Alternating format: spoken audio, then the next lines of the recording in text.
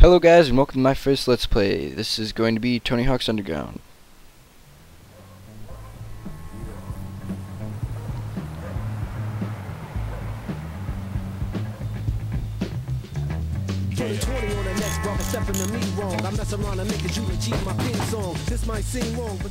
Check it, man. Muska is actually coming to this dump for his skate demo.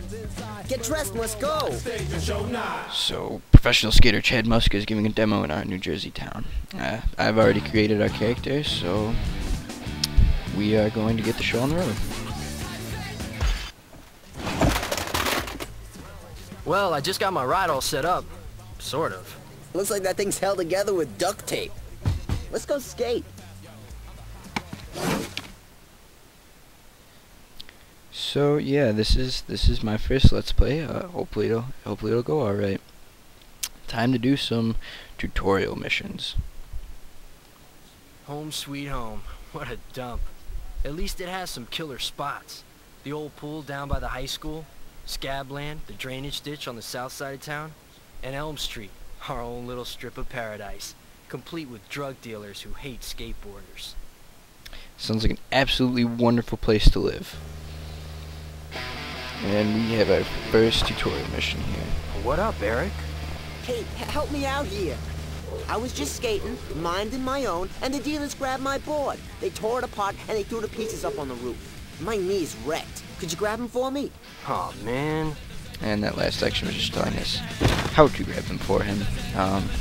So it's introducing the new grab mechanic and the walk around mechanic, and basically, yeah, those new mechanics that they introduced in Underground, which I think were an absolutely wonderful addition to the series. Hey, while we're getting my ride set up again, let's see if you remember a couple of things. You can get. And this is more just instruction on, hey, we can get off our board and jump over things and frog and flowers and such. And the fact that we can also start combos from off our board. And we just got a stat increase. Stat increases, you do certain things and then you get a stat increase in a certain area. And then you can do certain tricks and things in that area better. Ooh, ouch, just lost a bunch of stat gains. So the stats in the beginning of the game are pretty easy to do. They're like ollie 5 feet, ollie 10 feet, land a 5,000 point combo. As the game goes on, they'll get harder and harder to increase your stats.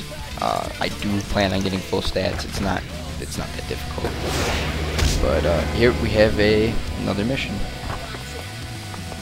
Now that you're done prancing on and off your board, let's actually skate. At least I'm not too gimped to prance. How's your knee? I'll show you, gimped. Let's see you land this.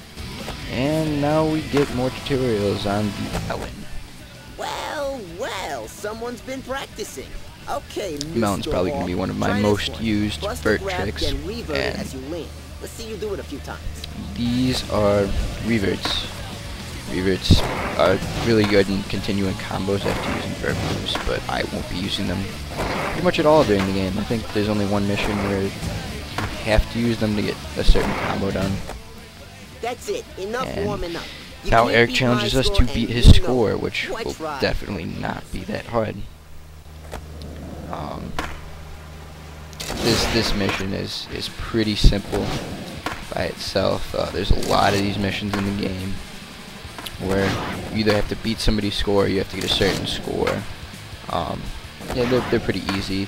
The multiplier helps a lot. The more tricks you do, the higher your multiplier. And then there's this mechanic, which I will be exploiting in this playthrough, where with whip tricks and grinds, if you just almost continually or very often switch your type of trick and you get a huge multiplier, you will gain tons and tons of points. So as you can see, Eric's score is 11,000 and ours is 46,000, 47,000 now. But I will be using that a lot in the game. Makes it a whole lot easier. These tricks are a bit repetitive, but they're high scored and they're easy to do. And then there's another game mechanic right here, where if you start a combo before the time runs out in a timed mission, and you land it, you will still get the points from that entire combo after the time is run out. Wow, that was some pretty terrible skating. But it's time to do a third mission. You psyched to see Muska's demo? Yeah, bet you are. Hey, since you punks aren't in school, why don't you go put up some flyers? I'll give you free tickets to the demo. Try to hit all the telephone poles and wherever kids are skating. Now I think on a harder difficulty level, you actually have to combo 8 of these, but I think now you just have to skate past them. I don't think you even have to do a trick by them. So it's a really easy mission. Even when you do have to combo, it's not that bad. And this area will become important later in the game. And we have a fourth and final mission now. I shouldn't say final because there's 5 missions to do. Most chapters will be, well, there'll be a certain number of missions total, and you have to do all but 1 or 2 of them, and then a final chapter mission, which you always have to do those. Basically, the crucial storyline is in the final chapter missions. And this is yet another game mechanic and a tutorial with driving. There's not too many driving missions in the game. I can only think of like 3 or 4 off the top of my head, and only 2 of them that I know of are required. The driving mechanic isn't too good. The steering is pretty poor, but you know it's a skating game, so it's not supposed to be great driving. So it's a pretty cool mechanic, but it's kind of poorly utilized and poorly done. I tend to stay away from the optional driving missions just because they're, 1, rather boring, and 2, they're not all that fun. But I do plan on showing all the missions by the end of the game. Now we're part of a street gang. How absolutely wonderful. Hey, And this is the final mission, the introduction of the final mission I was telling you about.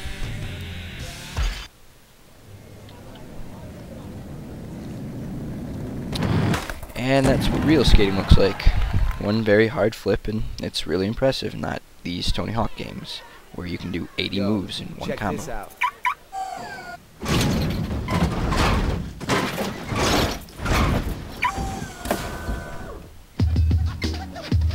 It's louder than a Metallica concert in there!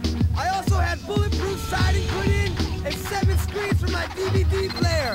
I gotta say, bulletproof siding and 7 screens is pretty impressive, but being louder than Metallica concert isn't all that hard.